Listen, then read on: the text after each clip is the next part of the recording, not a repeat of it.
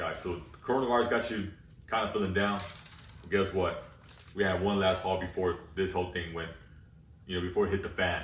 It was actually the last day that we were able to shop at a comic book shop before they went into basically shutdown.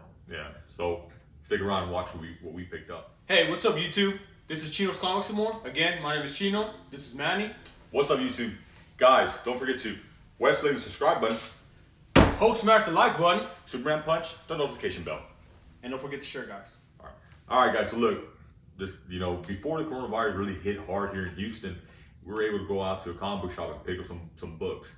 And some of these books is stuff that we kind of talked about before in previous videos, such as picking up trying to complete some runs on certain books and stuff like that. So I think some of these books are damn cool.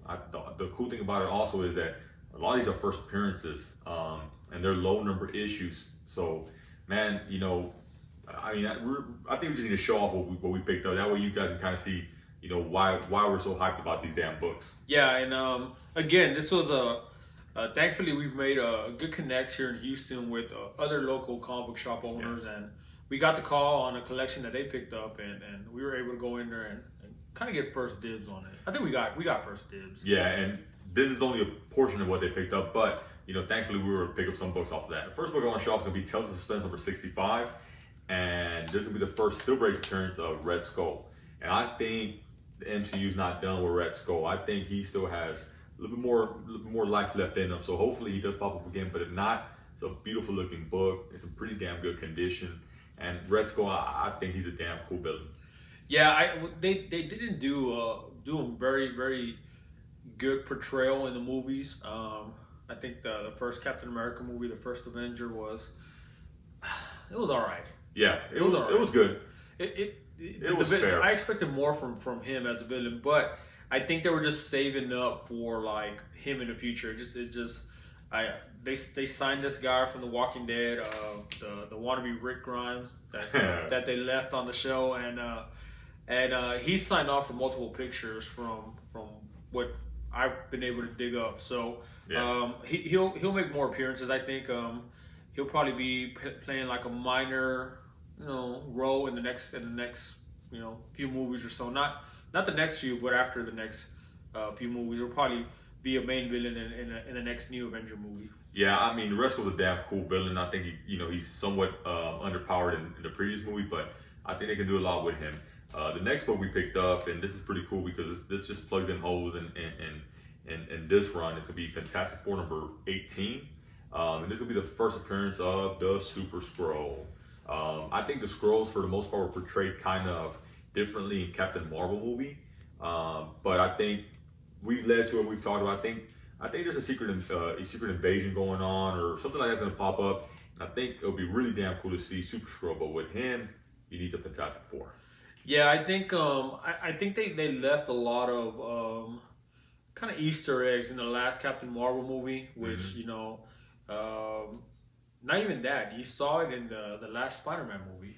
They were already playing kind of like the shape-shifting Nick Fury. Infiltrating kind of thing. Yeah, Nick Fury and Maria Hill. So, like Manny said, I can definitely see them eventually getting into the Super Skrull kind of like... Because there are villainous Skrulls and there's good Skrulls like anything, Yeah. But I think eventually, that will be a good one. If they ever did the Fantastic Four kind of movie, I think that would be kind of key to tie up Captain Marvel and the Skrulls and all that stuff. That would be a hell of a villain. The next one we picked up is gonna be Fantastic Four number 19, and this will be the first appearance. And I think I'm gonna butcher his name, but Pharaoh Ramatut.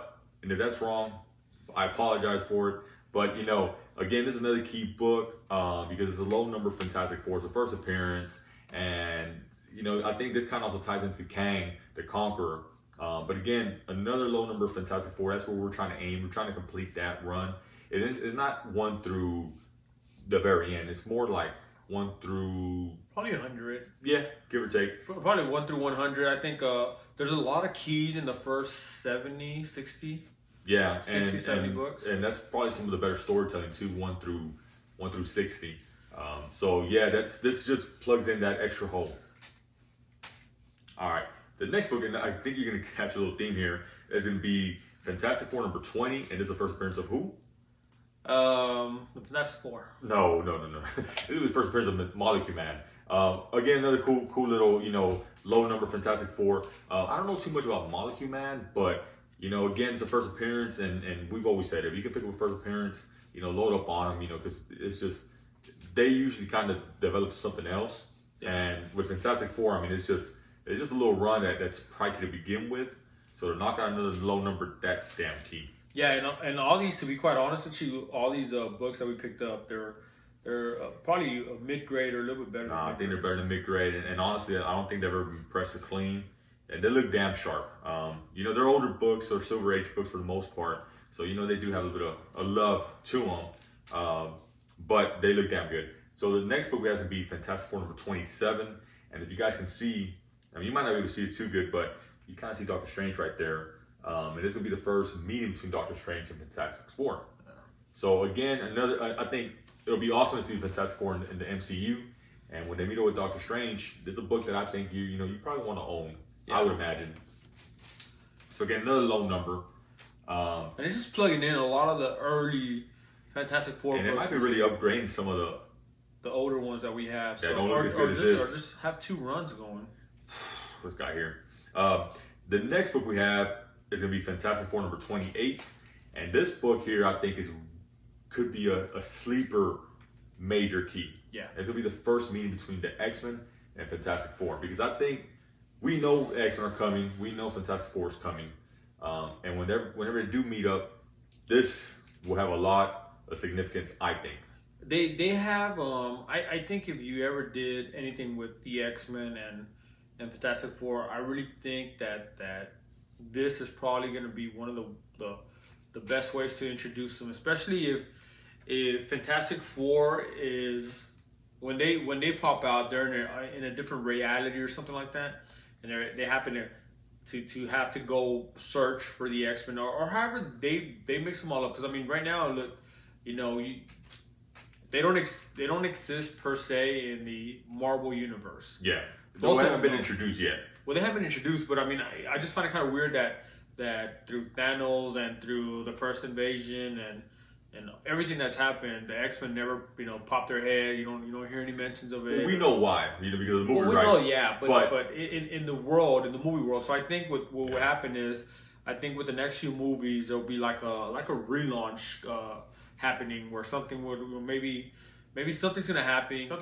Something huge is gonna happen where all these worlds are all of a sudden gonna exist. Yeah, and that's kind of my take on it. The multiverse, I think, and you gotta love that old school art.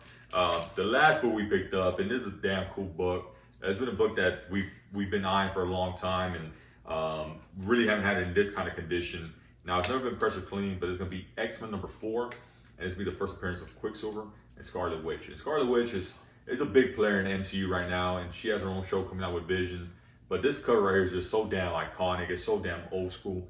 And man, honestly, I mean, this is a book that, it's pricey to buy into really at any grade.